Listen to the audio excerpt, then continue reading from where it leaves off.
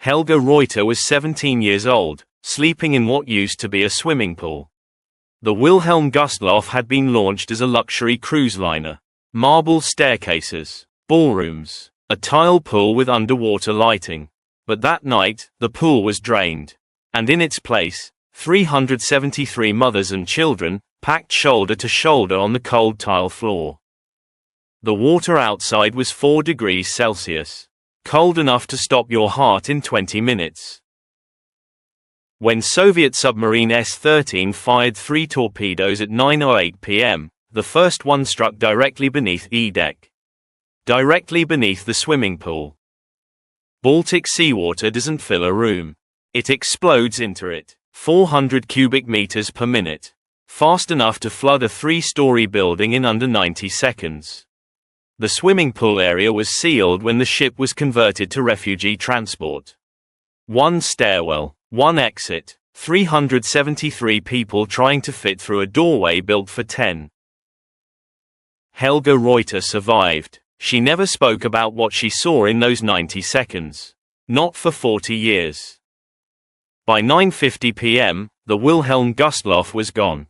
10,600 people had been aboard. 9,343 were dead. 6 times worse than Titanic. The deadliest maritime disaster in human history. And for half a century, both the Soviets and the Germans agreed on one thing. No one could know it happened. To understand how 9,000 people died in 42 minutes, we need to go back 6 years. To 1937, when the Wilhelm Gustloff represented everything the Nazi regime wanted the world to see. The ship was launched on May 5, 1937, in Hamburg. Named after the Swiss Nazi Party leader who had been assassinated the previous year. She was built for the Kraft durch Freude program. Strength through joy. The Nazi initiative designed to show German workers that the Reich cared about their leisure time. 25,484 tons. 608 feet long.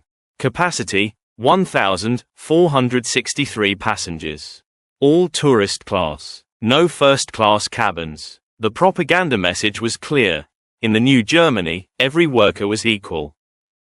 The interiors were spectacular. The main dining hall could seat 500 people beneath Art Deco chandeliers. The bower deck featured a swimming pool with underwater lighting, a technical marvel in 1937. Promenade decks wrapped the ship. Sun lounges, a theater, even a music room with a grand piano. Meta Rossa was 16 when she took a Kraft durch Freude cruise on the Gustloff in 1938. She later recalled, "It was like entering a palace. We were factory workers' children. We had never seen such luxury. The pool, the food, they served us like we were royalty." But the Gustloff only served this propaganda purpose for 2 years. When war broke out in September 1939, she was requisitioned by the German Navy. First as a hospital ship, then as a floating barracks for U-boat trainees in Gdynia, Poland. By January 1945, the ship had been painted warship grey. The swimming pool drained, the ballrooms converted to dormitories, the promenade decks enclosed with temporary walls. She was no longer beautiful. She was functional, a tool. And she was about to become a coffin. In January 1945, the Eastern Front was collapsing. The Soviet army was advancing through East Prussia. Millions of German civilians were fleeing westward, away from the Red Army, away from stories of what Soviet soldiers did to German women, away from certain death or deportation to Siberia. The German Navy launched Operation Hannibal, the largest maritime evacuation in history. Between January and May 1945, German ships would evacuate over 2 million people from eastern ports before the Soviets arrived. The Wilhelm Gustloff was assigned to evacuate refugees from Gdynia, Poland. She would sail to Kiel, Germany, 400 miles across the Baltic Sea, in the middle of winter, through waters patrolled by Soviet submarines. On January 30th, the boarding process began at noon. It was supposed to be orderly. Refugees with proper documentation, a maximum of 4,000 passengers. Military wounded given priority. It was chaos. Rudy Lang was 9 years old when his mother pushed him up the gangway. He remembered, there were thousands of people, screaming, pushing, women holding babies over their heads so they wouldn't be crushed. My mother kept saying, "We have to get on. We have to." She knew if we didn't, the Russians would find us. The ship's designed capacity was 1,463 passengers. By 4 p.m., over 6,000 people were aboard. By 6 p.m., over 8,000.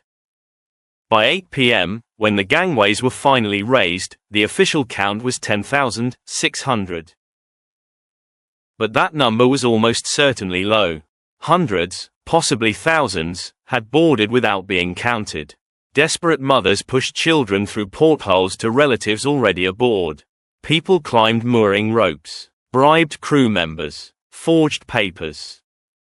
The actual number aboard was probably closer to 11,000 people. Werner Franz, a member of the ship's crew, later testified, every corridor was packed. People sitting on the floors, the stairs, everywhere. The ballroom had over 1,000 refugees. The swimming pool area, the converted cargo holds. We kept saying, no more room, but they kept coming. What were we supposed to do? Leave them for the Russians. At 8:30 p.m., the Wilhelm Gustloff departed Gdynia. 4 hours late, in darkness. The temperature was -18 degrees Celsius. The Baltic Sea was partially frozen. Ice floes drifted in the shipping lanes. The ship had no destroyer escort. The promised naval protection had been reassigned. She sailed alone. Now here's where the cascade of failures begins. Each decision, each system, each assumption. All designed for normal operations. None adequate for what was about to happen. The ship's captain was Friedrich Petersen. But he didn't have full command. The military had assigned 3 other officers with overlapping authority. Wilhelm Zahn commanded the submarine training division aboard. 3rd Naval Officer Wilhelm Kunist. And Captain Kohler commanded the anti-aircraft guns. 4 captains. No clear chain of command. As the ship left port, they faced a decision. What route to take? The safe route stayed close to shore, in shallow water where submarines couldn't operate effectively. But shallow water meant navigating through ice fields. Slow, difficult, time-consuming. The fast route went through deeper water. Open sea, no ice. But deeper water meant submarine danger. Soviet submarines were known to be operating in the area. Captain Petersen wanted the shallow route. Military officer Zahn insisted on the deep water route. Faster, less chance of ice damage to the hull. Zahn outranked Petersen. The ship turned toward deep water. Then came the second fatal decision. The Gustloff's navigation lights. German naval protocol required all ships to sail darkened at night. No lights, no signals, invisible to submarines and aircraft. But another German ship, the heavy cruiser Admiral Hipper, was approaching from the opposite direction. In the darkness, without navigation lights, collision was possible. At 8:55 p.m., Captain Petersen ordered the navigation lights turned on. The Wilhelm Gustloff, carrying 11,000 refugees, lit up like a Christmas tree.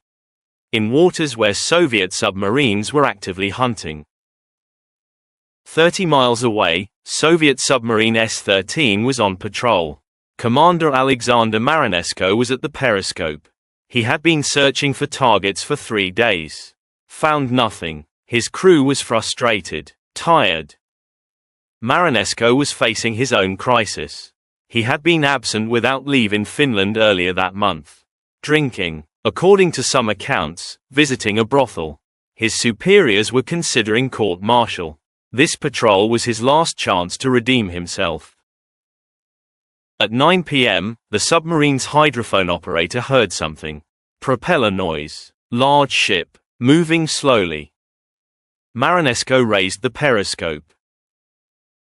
He later wrote in his log, ship observed. Large passenger liner, well lit, navigation lights operating, making approximately 15 knots, no escort visible. The Gustloff had turned herself into a perfect target. Marinesko ordered his crew to action stations. The submarine began its approach. 65 feet below the surface. Silent running, closing the distance. On the Gustloff, most passengers had no idea where they were. The corridors were packed. The heating system, designed for 1,000 passengers, was overwhelmed by 11,000 bodies. Some areas were freezing, others were suffocatingly hot. Eva Luck was 19, 8 months pregnant. She was in the swimming pool area with her mother and younger sister. She later recalled, "It was so cold. The tile floor was freezing. We had one blanket for 3 people. My mother kept saying, 'Try to sleep. Tomorrow we'll be in Germany. Safe.'" Inga Bendrick, age 4, was with her grandmother in a converted cargo hold. "I remember the smell, unwashed bodies, fear. My grandmother held me tight. She kept humming a song. I don't remember the words." Horst Voigt was a crew member. He was making rounds through the ship, checking for fire hazards, calming panicked refugees. He wrote later, "I had never seen so many people in one place. The ballroom was designed for 200. There were over 1,000. Children crying, old people praying, everyone asking, when will we get there? Are we safe?" At 9:04 p.m., Marinesko had the Gustloff in perfect position. Range, 600 meters. Angle, 90 degrees. Broadside target. He ordered 4 torpedoes loaded, armed, ready. At 9:08 p.m., he gave the order. Fire 1. The torpedo left the tube at 9:08 and 14 seconds. 22 feet long. 3,500 pounds. Warhead, 660 pounds of high explosive. Speed, 30 knots. Impact time, 52 seconds. Horst Voigt was in the corridor on E-deck when the first torpedo struck. The explosion. It wasn't loud like you'd expect. It was deep, like the whole ship groaned. Then the lights went out. Then, the screaming started. The first torpedo struck the bow, forward of the watertight bulkhead. The explosion tore a hole 12 feet across. Baltic Sea water at 4 degrees Celsius began flooding the forward compartments. 400 cubic meters per minute. 19 seconds later, the second torpedo hit. This one struck directly beneath E-deck. Directly beneath the drained swimming pool where 373 mothers and children were sleeping. Eva Luck was thrown against the wall. I thought it was a nightmare. The floor, it just exploded upward. Water, everywhere, so cold it stopped your breath. I saw my mother reach for my sister. Then the water took them. Just gone. The swimming pool compartment was sealed. When the ship was converted, they had welded bulkheads across the entrance. Fire safety measure, only one exit remained, one stairwell. The torpedo had ruptured the hull directly beneath this compartment. Seawater exploded through the floor at 400 cubic meters per minute.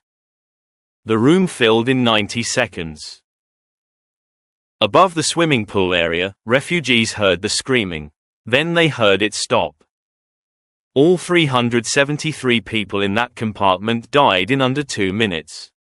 Mothers, children, babies, drowned in what used to be a luxury swimming pool. Eva Luck survived because she was near the stairwell. The water was like ice. Like knives. I couldn't feel my hands. People were climbing over each other, pulling others down to get higher. I heard a mother begging someone to take her baby. Push it up the stairs. The water was at her chin. No one could help. The stairs were packed. I never saw her again.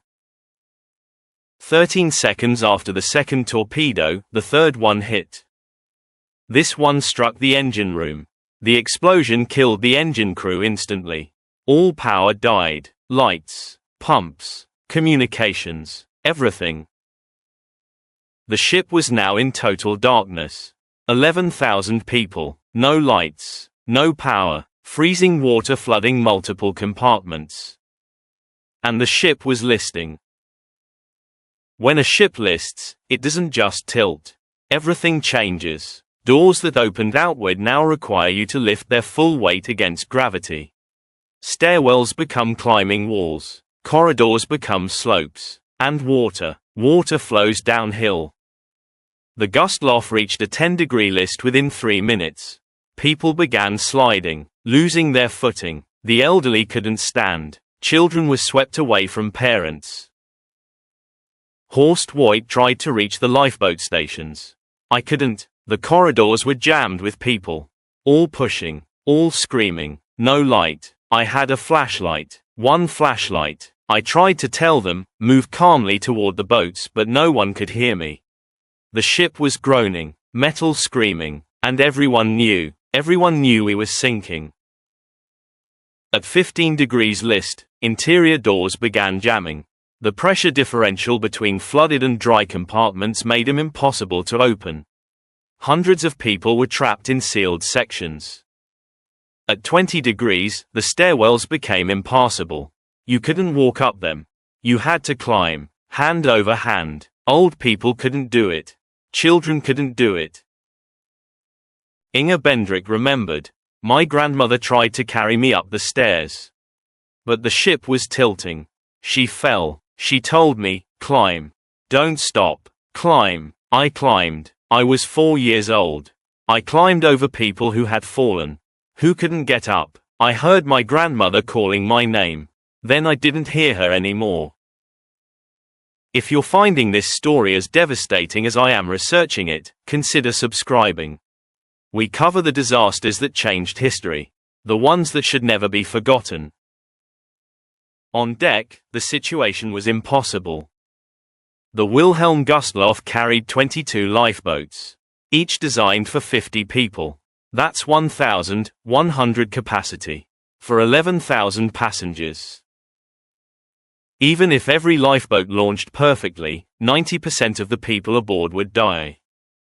But the lifeboats didn't launch perfectly.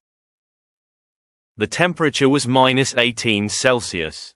The lifeboats had been sitting unused for months. The davits, the mechanical arms that lower the boats, they were frozen solid. Crew members attacked them with hammers, axes, trying to break the ice. Some davits broke free. Others didn't. Lifeboat number 4 launched successfully. It hit the water, then immediately capsized. The frozen canvas cover had made it top-heavy. 73 people were dumped into 4-degree water.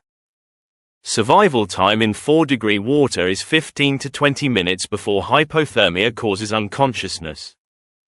Unless you're a child, children lose heat faster. Survival time for a child, 7 to 10 minutes. Lifeboat number 7 made it into the water, but as the crew tried to release the lowering cables, they found them frozen to the winch. The boat remained tethered to the sinking ship. As the Gustloff tilted further, the boat was pulled sideways. Water poured in. It sank in 30 seconds. Lifeboat number 12 launched, hit the water, then was immediately crushed against the ship's hull as the list increased. The steel hull rolling toward the water caught the small wooden boat like a vice. It splintered, 60 people in the water. Of the 22 lifeboats, only 9 made it into the water intact. Of those 9, only 4 remained afloat long enough to be rescued. 4 boats, 200 people saved. From 11,000. On deck, people began jumping. They had no choice. The ship was going down. The lifeboats were gone. The only option was the water. 4 degrees Celsius. Kurt Hoffman was 15. He jumped from the railing. I hit the water and it was like being electrocuted. Every muscle locked. I couldn't breathe, couldn't swim. I went under. I don't know how I came up. Pure instinct. I saw people, everywhere, floating, most not moving. The cold. It kills you before you can drown. Hypothermia follows a precise progression. First 3 minutes, shock response. Rapid breathing, panic, blood vessels constrict, your body pulling blood away from your extremities to protect your core. 3 to 15 minutes, loss of dexterity. You can't grip, can't hold on, your fingers stop working. 15 to 30 minutes, unconsciousness. Your core temperature drops below 32 degrees Celsius. Your brain shuts down. 30 to 60 minutes, death. Heart stops, breathing stops. In the Baltic that night, most people died in under 20 minutes. Mothers made impossible decisions. Eva Dorothea Latta was in the water with her 2 children. 7-year-old daughter, 4-year-old son. She held one in each arm. But the cold, she couldn't feel her hands. Couldn't keep her grip. She later testified, "I felt my son slipping. I tried to hold tighter but my hands, they wouldn't work. I had to choose. I couldn't hold both. I let my daughter go. I held my son. I watched her face, watched her go under. She didn't scream. The cold had already. I heard someone say children last 7 minutes in this water. She lasted 4. Eva saved her son. He survived. She never forgave herself." At 9:22 p.m., 14 minutes after the first torpedo, the ship reached 30 degrees list. This is the critical angle. Past 30 degrees, ships don't usually recover. The Wilhelm Gustloff was going down. In the sealed compartments below deck, hundreds of people knew they were trapped. The doors jammed, the corridors flooded, the lights out. Werner Rees was sealed in a converted cargo hold with approximately 200 people. He survived because he found an air pocket near the ceiling. The water rose. People were pounding on the door, screaming. I climbed onto a support beam near the ceiling. Air pocket maybe 2 feet high. I watched the water rise.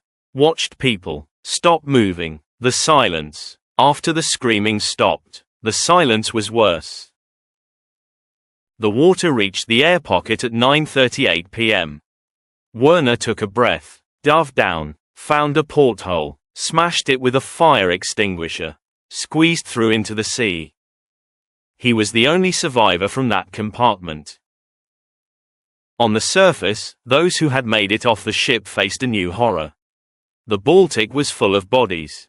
Thousands of them, most frozen in the position they died. Arms outstretched, mouths open. The water was so cold it froze them instantly.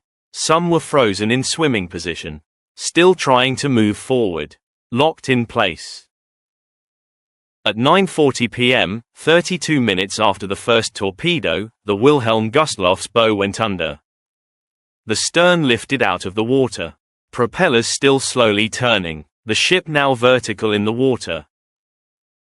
The remaining people on board, thousands of them, slid down the deck, into the sea, like being poured from a container. Horst Voigt was clinging to the railing. The ship, it went straight up, 90 degrees. I saw people falling, hundreds of them, tumbling past me into the water. I held on. I don't know why. The ship was going down.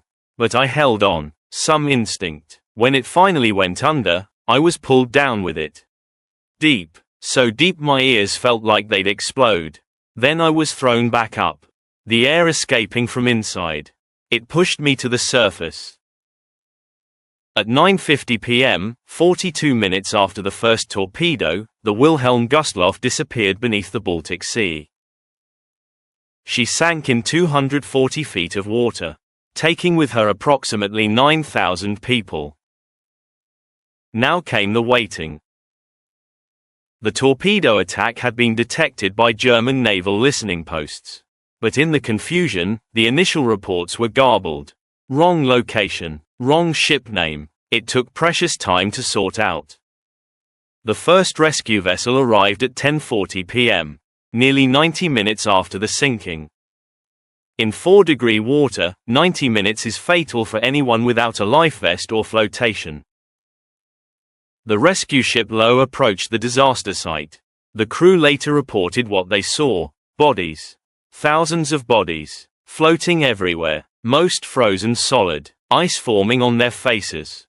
Their hair. We searched for signs of life. Checked hundreds. Found maybe 20 still alive. The rescue procedure was brutal in its efficiency. Crew members with boat hooks pulled bodies alongside.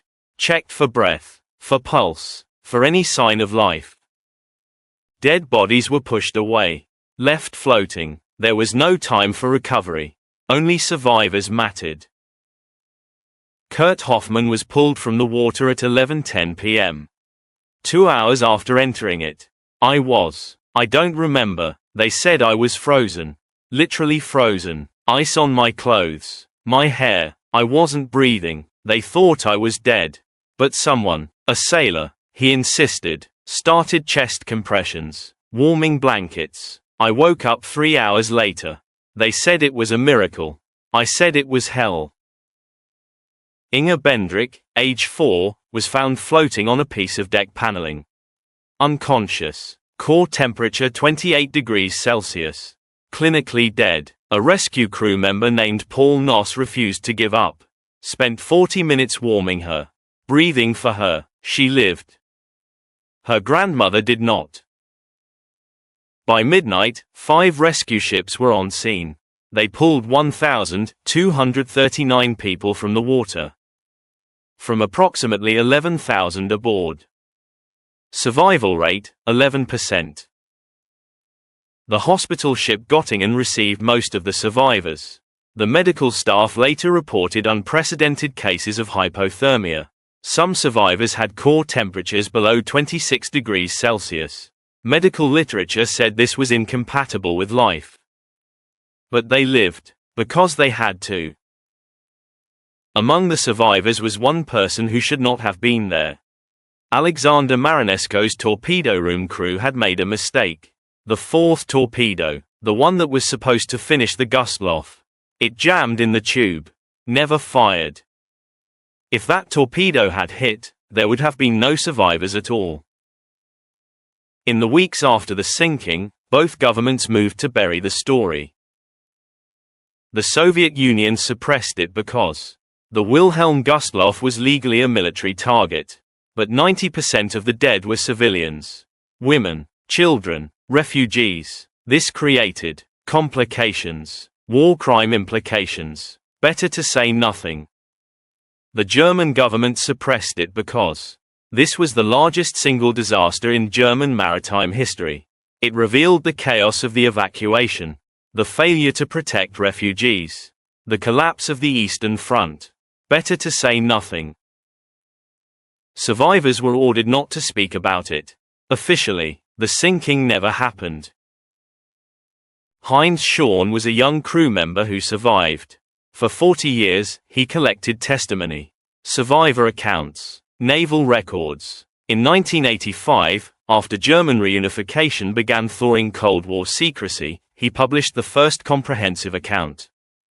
That's when the world learned. The Titanic, 1,517 dead. The Lusitania, 1,198 dead. The Wilhelm Gustloff, 9,343 dead. 6 times worse than Titanic, the deadliest maritime disaster in human history. And it had been secret for 4 decades. The Wilhelm Gustloff still lies on the bottom of the Baltic. 240 feet down. Polish territorial waters. Classified as a war grave. Protected site. No diving permitted. Occasionally, fishing nets snag on the wreck. Bring up fragments. A piece of railing. A porthole. A shoe. In 2005, on the 60th anniversary, a memorial service was held. Survivors now in their 70s and 80s gathered. Many meeting for the first time. They had been forbidden to speak about it for so long, they had no support network. no community of shared trauma. Inga Bendrick, now 64, met Eva Luck, now 80. Eva had lost her mother and sister in the swimming pool compartment. Inga had lost her grandmother in the cargo hold. They embraced, cried. Later, Inga said, "We were the same. Frozen children who grew old. But still frozen inside." The naval calculations are precise. 11,000 people aboard. 1,239 survived. 9,761 died. But the exact number will never be known, because hundreds boarded without being counted. Desperate mothers, forged papers, bribes. The actual death toll was probably closer to 10,000 people. 10,000 people who died because 4 captains couldn't agree on command. Because navigation lights were turned on in submarine waters. Because lifeboats were frozen. Because the Baltic Sea in January is cold enough to kill in 20 minutes. And because war creates the conditions where a luxury cruise ship becomes a refugee transport. Where swimming pools become sleeping quarters. Where safety regulations become suggestions. The Wilhelm Gustloff disaster reveals something about institutional failure under pressure. Every system designed for normal operation, loading procedures, lifeboat capacity, chain of command, all failed when tested by chaos. The ship was designed for 1,400 passengers. It carried 11,000. That's not a minor overload. That's systemic failure. But what was the alternative? Leave them for the Red Army. The lifeboats were frozen because no one had maintained them during wartime use as a barracks. Institutional neglect. But in war, maintenance crews are reassigned. Resources are scarce. Things break. The navigation lights were turned on because collision with friendly ships was feared.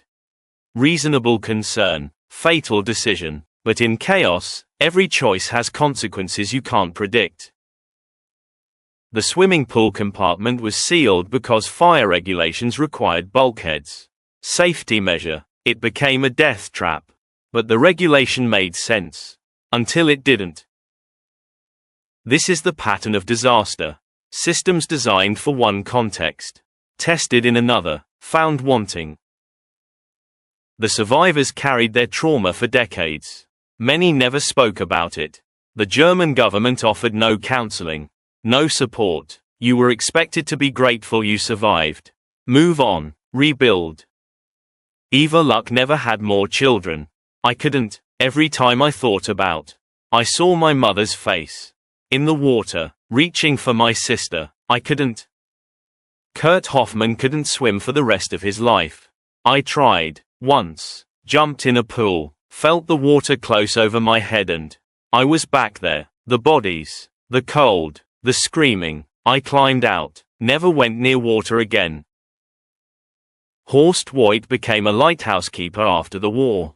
Alone. On a rock. Away from people. I couldn't be around crowds. Too many people. Too much noise. I kept hearing them. Screaming in the corridors. I needed silence. If this story affected you, consider subscribing. We tell the stories of disasters that shaped history. The ones that must be remembered.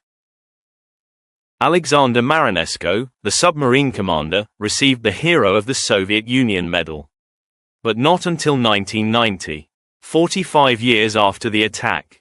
The Soviet government had been embarrassed by the civilian death toll.